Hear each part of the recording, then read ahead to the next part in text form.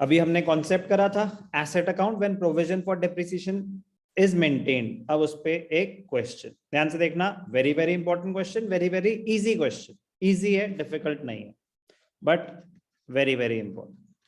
From the following information calculate cash from investing activities. हमें क्या दे रखा है, asset account machinery account at cost, accumulated depreciation का opening balance closing balance. तो सबसे पहले आपको क्वेश्चन में यही ध्यान देना चाहिए कि एसेट अकाउंट अगर है, depreciation accumulated depreciation provision for depreciation maintain हो रहा है कि नहीं हो रहा है। नहीं हो रहा है तो सिर्फ एसेट अकाउंट बनेगा जैसे आप बना रहे थे। अगर प्रोविजन फॉर डेप्रिसिएशन अकाउंट या अक्यूमुलेटेड डेप्रिसिएशन अकाउंट मेंटेन हो रहा है तो बी केयरफुल, दो सेपरेट अकाउंट बनेंगे, एसेट अकाउंट कॉस्ट पे, अक्यूमुलेटेड डेप्रिसिएशन सेपरेटली। हमें कैसे पता चलेगा, बैलेंसेस दे रखे होंगे तो ही अक्यूमुलेटेड डेप्रिसिएशन या provision for depreciation account maintain हो रहा है। कभी कभी बैलेंसेस नहीं गिवन होते, सिर्फ एक वैल्यू गिवन होती है कि accumulated depreciation on the asset sold till date was this much. वो एक इंफॉर्मेशन है टू कैलकुलेट प्रॉफिट और लॉस, वो ये गिवन नहीं था कि आप अक्यूमुलेटेड डेप्रिसिएशन अकाउंट मेंटेन कर रहे हो। तो रीड द क्वेश्चन केयरफुली, यहाँ तो ओपनिंग क्लोजिंग बैलेंस गिवन है तो अकाउंट मेंटेन हो रहा है। पेटेंट्स है, अब पेटेंट्स एक नॉर्मल एसेट है, उसका कोई अक्यूमुलेटेड डेप्रिसिएशन, वो कोई टैंजिबल एसेट वैसे भी नहीं है, तो उसके लिए नॉर्मल एसेट अकाउंट बन जाएगा। मशीनरी के लिए मशीनरी अकाउंट भी और अक्यूमुलेटेड डेप्रिसिएशन भी। आगे पढ़ो ही मत, ठीक है ना, एसेट अकाउंट तो बनेगा ही बनेगा। मैं कह रहा हूं कि कितना सिंपल है, 50% क्वेश्चन। मशीनरी एसेट होता है, debit balance, opening balance 10 lakh. तो सबसे पहले opening balance to balance BD 10 lakh, sorry closing balance 10 lakh है, ओपनिंग बैलेंस 950, ओपनिंग बैलेंस 950 और closing balance by balance carried down 10 lakh. आपने ओपनिंग बैलेंस दिखा दिया, क्लोजिंग बैलेंस दिखा दिया। ऐसी अक्यूमुलेटेड डेप्रिसिएशन का ओपनिंग 110, लायबिलिटी है credit balance by balance BD, opening balance 110, closing balance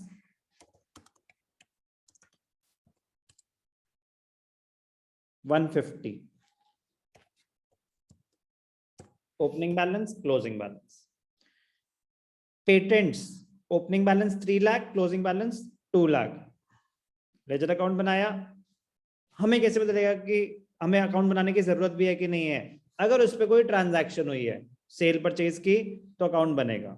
cell नहीं हुई होती तो जितना भी एसेट बढ़ा वो परचेज होगा, अगर सेल नहीं हुई, क्योंकि डेप्रिसिएशन तो उसमें जा ही नहीं रही, और जितने से भी प्रोविजन बढ़ा वो डेप्रिसिएशन होगा। अगर कोई ट्रांजैक्शन नहीं है तो, कोई ट्रांजैक्शन नहीं है तो अकाउंट बनाने की भी जरूरत नहीं है। यहाँ मशीनरी की भी ट्रांजैक्शन है और पेटेंट्स की भी है, तो इसीलिए पेटेंट्स का भी अकाउंट बनेगा। Opening balance 3 lakh, closing balance 2 lakh. To balance BD 3 lakh, closing balance carried down 2 lakh, 3 lakh 2 lakh. अभी तो हमने सिर्फ बैलेंसेस दिखाए, अब ध्यान से देखना, एक एक करके बात करते हैं। During the year machine costing 90,000 with accumulated depreciation 60,000 was sold for 50,000। अब ध्यान से देखना, हमने किसी जमाने में एक मशीन खरीदी थी कॉस्टिंग 90,000, आज वो बेच रहे, विद accumulated depreciation 60,000, उस पे आज तक की डेप्रिसिएशन 60,000 है। इट वॉज सोल्ड फॉर 50,000, ये उसकी सेल वैल्यू है। मेरा क्वेश्चन, 60,000 क्या है, करेंट ईयर डेप्रिसिएशन या depreciation charged till date on the asset being sold? Charge till date. Depreciation charge till date कहां जाती है? वो प्रोविजन फॉर डेप्रिसिएशन से ट्रांसफर हो रही है, तो यहां से accumulated depreciation to machinery account कितनी है? डेप्रिसिएशन चार्ज टिल डेट 60,000, ये यहां आई है तो मशीनरी में क्रेडिट साइड पे आ जाएगी बाय अक्यूमुलेटेड डेप्रिसिएशन। कितनी है? 60,000। आपने 90 का खरीदा था, चलो वर्किंग नोट बना के दिखाता हूँ छोटा सा।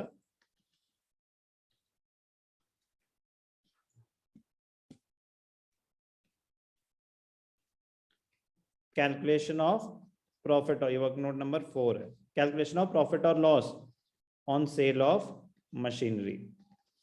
बुक वैल्यू कितनी है?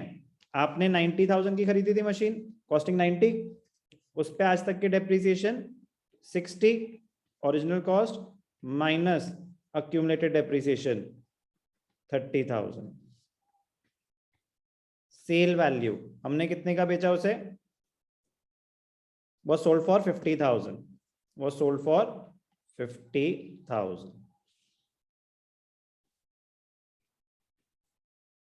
प्रॉफिट हुआ या लॉस हुआ? 30,000 की चीज 50,000 में बेची, सर प्रॉफिट। प्रॉफिट। कितना प्रॉफिट हुआ? 20,000। 50 माइनस 30, सेल वैल्यू ज्यादा है, sale value minus book value, कितने का प्रॉफिट हुआ? 20,000। अब ध्यान से देखना, एसेट अकाउंट पे आते हैं। डेप्रिसिएशन उसकी आ चुकी है बाय बैंक अकाउंट, फिर आएगा सेल प्रोसीड्स। कितने की बेची? 50,000। प्रॉफिट हुआ, प्रॉफिट एसेट अकाउंट के डेबिट साइड पे चला जाएगा to statement of profit and loss. क्या था ये? Gain on sale of machinery. आप प्रॉफिट भी लिख सकते हैं। कितना प्रॉफिट हुआ था? 20,000। तो ध्यान से देखना, मशीनरी से रिलेटेड सेल दिखा दी, अक्यूमुलेटेड डेप्रिसिएशन दिखा दी। क्या आपका अक्यूमुलेटेड डेप्रिसिएशन अकाउंट बैलेंस हो रहा है? No sir. बैलेंसिंग फिगर किस तरफ आ रहा है, क्रेडिट साइड या डेबिट साइड? Sir credit.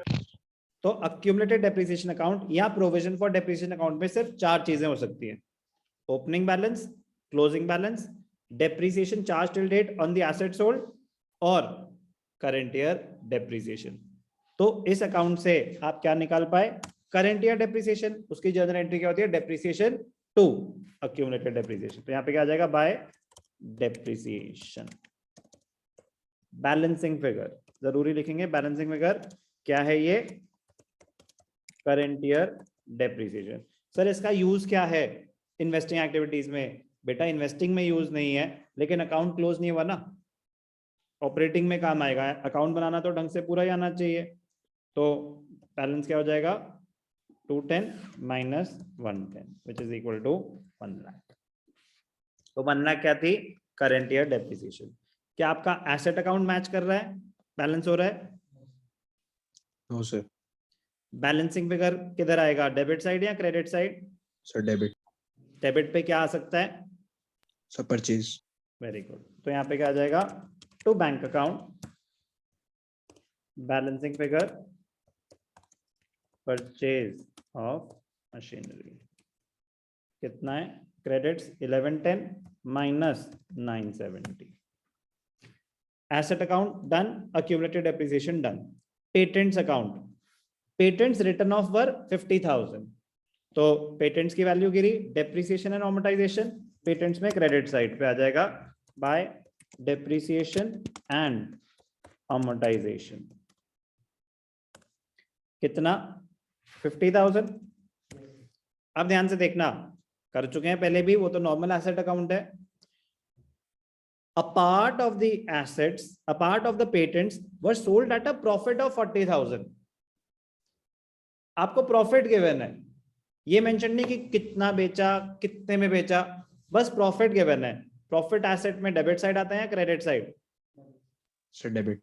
तो क्रेडिट साइड को लिखेंगे to statement of profit and loss, gain on sale of patents.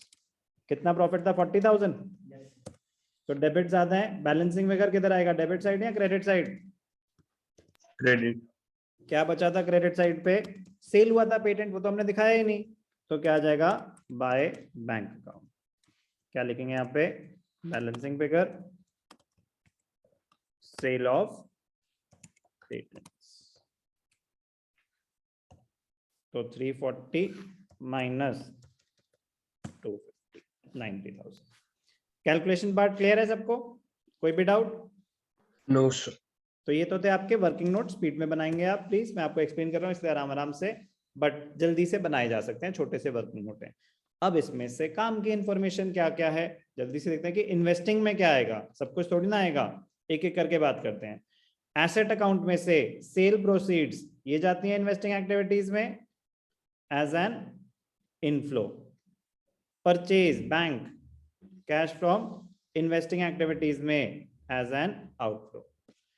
Accumulated depreciation से इन्वेस्टिंग एक्टिविटीज में कुछ भी नहीं जाता। करेंट ईयर डेप्रिसिएशन कहां जाती है? कैश फ्रॉम ऑपरेटिंग एक्टिविटीज में ऐड होती है। हमें तो नहीं मांगी, अभी नहीं मांगी, जब पूरा बनाएंगे तो यूज होगा ना ये सब। पेटेंट्स अकाउंट सेल कहां जाएगी? कैश फ्रॉम इन्वेस्टिंग एक्टिविटीज में इनफ्लो। परचेज कोई हुई नहीं और कोई लेना देना नहीं, तो बस इतनी सी चीजें आनी थी। अब बनाते हैं इन्वेस्टिंग एक्टिविटीज। तो सबसे पहले sale of machinery 50,000 only, okay, जो है सो है। सानू की सेल ऑफ मशीनरी 50,000, ज्यादा हीरो बनना है तो proceeds from sale of machinery. और इनफ्लोज क्या क्या है? Patent, sale of patents 90,000, proceeds from sale of patents कितने थे? 90,000। और कुछ बेचा? फॉर्मूला गड़बड़, ठीक कर लेते हैं। और कुछ बेचा? नहीं बेचा, खरीदा। Purchase of machinery 140, purchase of machinery. Outflows हम क्या करेंगे? ब्रैकेट्स में दिखाएंगे, तो इसको अकाउंटिंग फॉर्मेट में ले जाता हूं।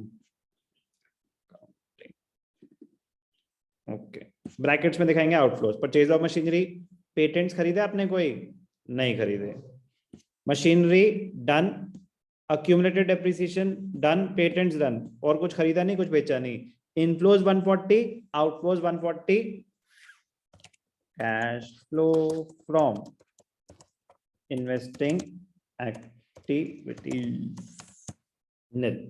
Inflows were equal to outflows.